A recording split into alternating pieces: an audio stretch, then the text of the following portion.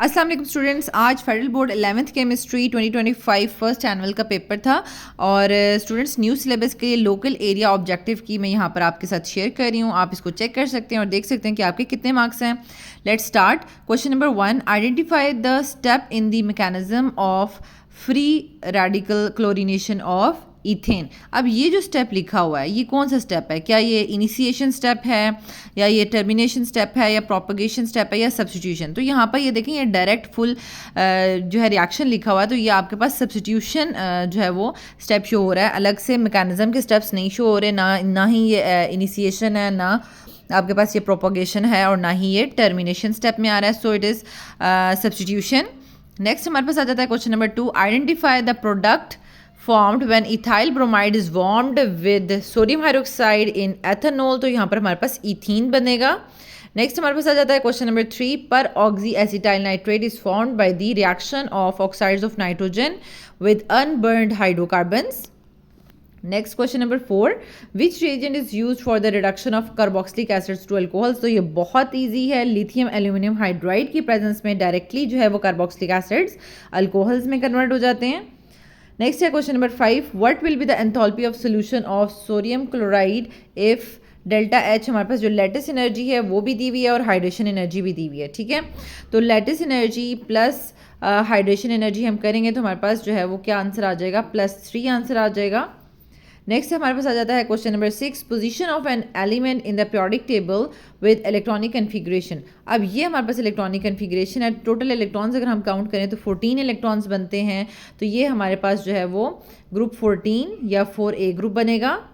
Next हमारे पास आ जाता है question number 7, which pair of elements will most likely form ionic compounds.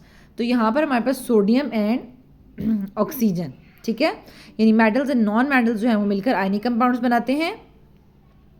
Next हमारे पास question number 8, which of the following halides can reduce sulphuric acids to hydrogen sulphide. तो यहाँ पर देखें, सल्फर जो है वो अपनी लोएस्ट ऑक्सीडेशन स्टेट में चल जाता है, मीन्स के -2 में चला जाएगा। ठीक है, +6 से -2 में जा रहा है। तो यहाँ पर हमारे पास हेलोजन यानी आयोडीन जो है वो ऐसा हैलाइड है, सोडियम आयोडाइड, जो कि बहुत ज़्यादा इसकी रिडक्शन कर सकते हैं। ठीक है, सल्फर +6 से -2 में चला जाता है। So correct option is sodium iodide. Next हमारे पास question number 9, the compound which give silver mirror test as well as iodoform test. अब देखें, सिल्वर मिरर टेस्ट हो गया, बेनेडिक्ट सोल्यूशन टेस्ट हो गया, फैलिंग सोल्यूशन, ये आपने पढ़ा हुआ कि ये एल्डिहाइड्स ये टेस्ट परफॉर्म करते हैं। अब आइडोफॉर्म में कौन से एल्डिहाइड्स होते हैं वो यानी आइडोफॉर्म टेस्ट परफॉर्म करते हैं? तो वो होता है एथेनॉल। ठीक है, तो यहाँ पर हमारे पास करेक्ट ऑप्शन है एथेनॉल। एथेनॉल मीन्स कि आइडोफॉर्म टेस्ट भी देगा और साथ सिल्वर मिरर टेस्ट भी परफॉर्म कर सकता है। नेक्स्ट हमारे पास है question number 10, which statement is false about comparative bond energy values of hydrogen halide molecules. तो स्टूडेंट्स ये तो इतना आसान आप कह लें कि MCQ दिया है कि जिस स्टूडेंट को कुछ भी नहीं आता ना तो उसका भी ये वाला MCQ ठीक हो जाएगा, क्योंकि यहाँ पर जब हम कंपैरिजन कर रहे होते हैं तो हम यही देखते हैं कि किसकी जो एनर्जी हाई और किसकी लो है। तो ग्रेटर देन एंड इक्वल का साइन इकट्ठा नहीं आ सकता, तो यहाँ पर हमारे पास जो है वो ग्रेटर देन एंड इक्वल का साइन ये लास्ट में देखें हमारे पास इसके लिए, यानी HCl is greater than and equals to H-F दिया हुआ है। ठीक है, बाकी सब में ग्रेटर देन या लेस देन का साइन था वो ठीक थे, यहाँ पर हमें शो नहीं हो रहा। ठीक है, तो ये जिसमें दोनों साइन आ जाते हैं ना, ये रॉन्ग था।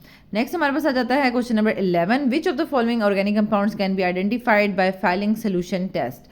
तो फैलिंग सोल्यूशन टेस्ट हमारे पास कौन देता है? एल्डिहाइड्स। ठीक है, तो यहाँ पर हमारे पास एल्डिहाइड्स कहाँ पर हैं?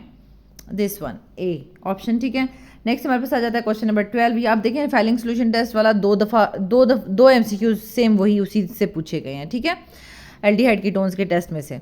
नेक्स्ट है question number 12, the number of molecules present in 67.2 dm³ of helium gas at STP is. अब देखें, ये बेसिकली हमारे पास नंबर ऑफ मॉलिक्यूल्स पूछा है। तो नंबर ऑफ मॉलिक्यूल्स का फॉर्मूला क्या होता है? Moles into Avogadro's number. Simple, आपने बेसिकली मोल्स फाइंड आउट करने हैं। तो आप मोल्स कैसे फाइंड आउट करेंगे? जैसे कि आपको पता है कि 22.414 dm³ अगर होता है तो कोई भी गैस 1 मोल ऑक्यूपाई करती है। ठीक है, तो अगर 67.2 dm³ होगा तो कितना मतलब मोल्स आ जाएंगे? ठीक है, तो वो आपके पास 1 डिवाइडेड बाय 22.414 आ जाएगा। और इस तरीके से आप यानी 67 इसके साथ जो है वो कैलकुलेट कर लेंगे और फिर आपके पास आंसर आ जाएगा 1.8 इंटू 10⁻24। ठीक है, यानी जो आपके पास मोल्स आ जाएंगे, मोल्स की वैल्यूज़ को आपने मल्टीप्लाई कर देना है एवोगैड्रोस के साथ। ठीक है, नेक्स्ट है question number 13, identify correct relationship for determination of half life of a first order reaction.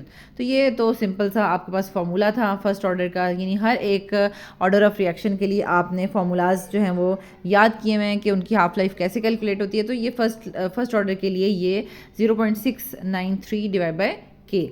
Next है हमारे पास question number 14, the following equilibrium will not be shifted in the forward direction by. अब ये exothermic reaction आपको पता नजर आ रहा है कि प्रोडक्ट में हीट रिलीज हो रही है, एक्सोथर्मिक रिएक्शन है, तो बाय इंक्रीजिंग टेम्परेचर हम कभी भी फॉरवर्ड रिएक्शन नहीं ले सकते। ठीक है, नेक्स्ट है हमारे पास question number 15, the third ionisation potential value of an element is significantly high as compare to first and second ionisation potentials the elements belongs to.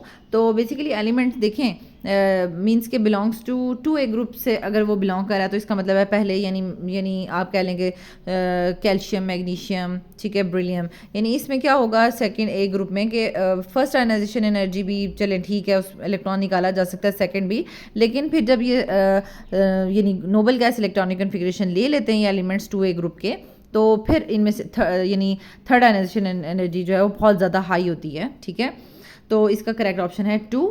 Next है हमारे पास question number 16, aqueous solutions of which of the following salts will have pH less than 7।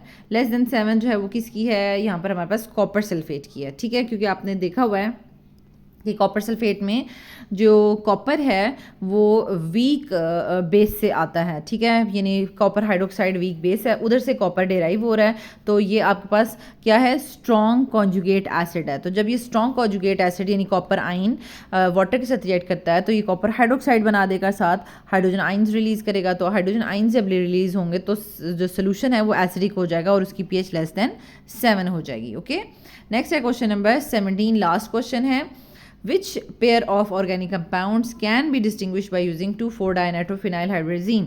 अब 2,4-dinitrophenylhydrazine आपको पता है, आपने aldehyde ketones दोनों को रिएक्शन करवाया हुआ है, तो अब यानी एल्डिहाइड कीटोन्स जो हैं वो इसके साथ रिएक्शन शो करेंगे और अदर जो है मॉलिक्यूल्स नहीं शो करेंगे, जैसे कि एथेनॉल एंड एसीटोन को इससे डिस्टिंग्विश किया जा सकता है। तो स्टूडेंट्स यहाँ तक तो मैंने आपको सारे के सारे MCQs दिखा दिए हैं, आप जल्दी से अपना भी जो है वो MCQs के नंबर कैलकुलेट करें और इस वीडियो को ज़्यादा से ज़्यादा स्टूडेंट्स के साथ शेयर करें। और अगर आपने ये टेस्ट खुद से परफॉर्म करना है तो आप easycam4u.com वेबसाइट पर जाएँ, वहाँ पर फेडरल बोर्ड के जो ऑब्जेक्टिव्स का टैब है उसको क्लिक करें और आप अपना जो है वो टेस्ट खुद से परफॉर्म करके प्रैक्टिस भी कर सकते हैं। Thank you.